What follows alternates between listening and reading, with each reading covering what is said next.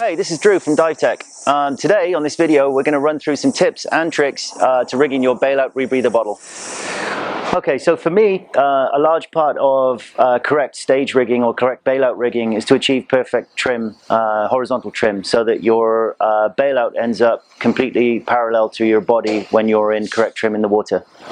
So there's lots of different ways of achieving this. The way I like to do it is using the continuous loop side mount system.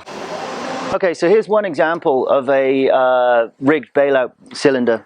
Okay, and what I've got here, I don't have the handle like a lot of conventional rigging systems do, because for a 40 cubic foot I can easily maneuver the tank when it's not connected to me by holding onto the handle right here.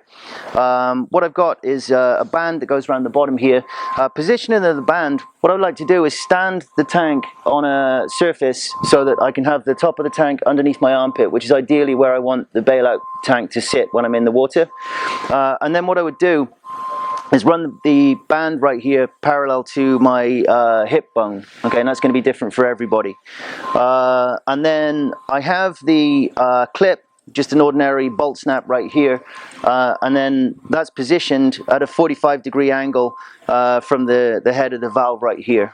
Okay, and that combined with the continuous loop bungee system that runs around the post here is what's going to make the tank sit perfectly on the one side right here, horizontal. On the top, I don't actually need this clip, but the reason for this is that if I have to hand off my bailout to another rebreather diver underwater who doesn't have a continuous loop side mount system for their bailouts, then it means that they can still clip my tank onto them if they need it. Also, the bungee system that I use for my continuous loop can be stretched out quite easily when I'm walking around getting on or getting off the boat.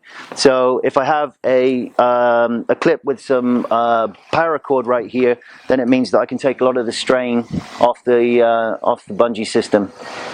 Okay, the next thing to consider then is how we're going to connect the correctly rigged bailout tank to our rebreather. Okay, so quite often we see down here people come down and they're using butt plates. Okay, butt plates are ideal for steel tanks because of the buoyancy characteristic means that a steel tank, once clipped high, is going to sink low into nice horizontal trim. Whereas aluminium tanks, if you clip them high, the problem with them is they're always going to be light on the tail, which means they're going to start rising high.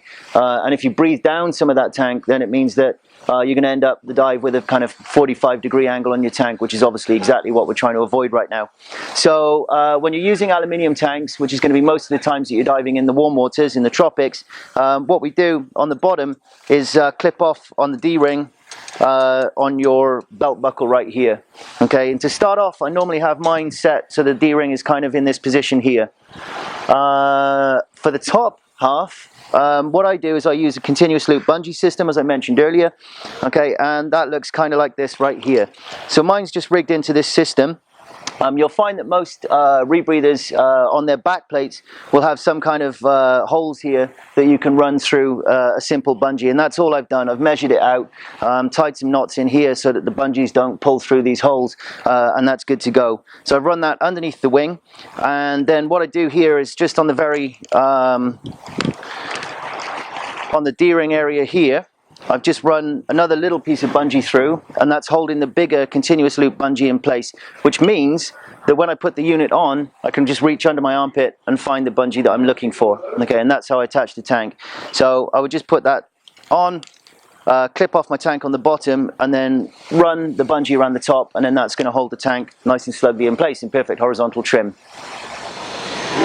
Okay, when it comes to bailout bottle rigging, there's multiple approaches, and while Drew prefers the constant bungee approach, I myself like the ring bungee approach. This is a product sold by Divetech, and it's used directly with standard stage rigging and a bolt snap on the top of it. The only difference is that you need to utilize what's called a choker. A choker can be just any piece of material that holds the bolt snap up near the valve of the tank. There's multiple ways to do that. Divetech sells a product they call a choker. You can also use cave line, you could use bungee, or some people even use zip ties.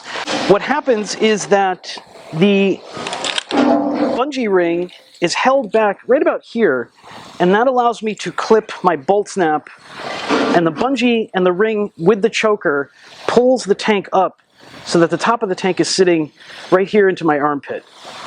Both of these work equally well. It just boils down to personal preference which way you go. And there are also other ways that people use. The net effect that we want to achieve, though, is that the bottle is parallel with our body when we're underwater. Okay, thanks for watching, guys. Hope you enjoyed the production, and we hope to see you diving down here one day.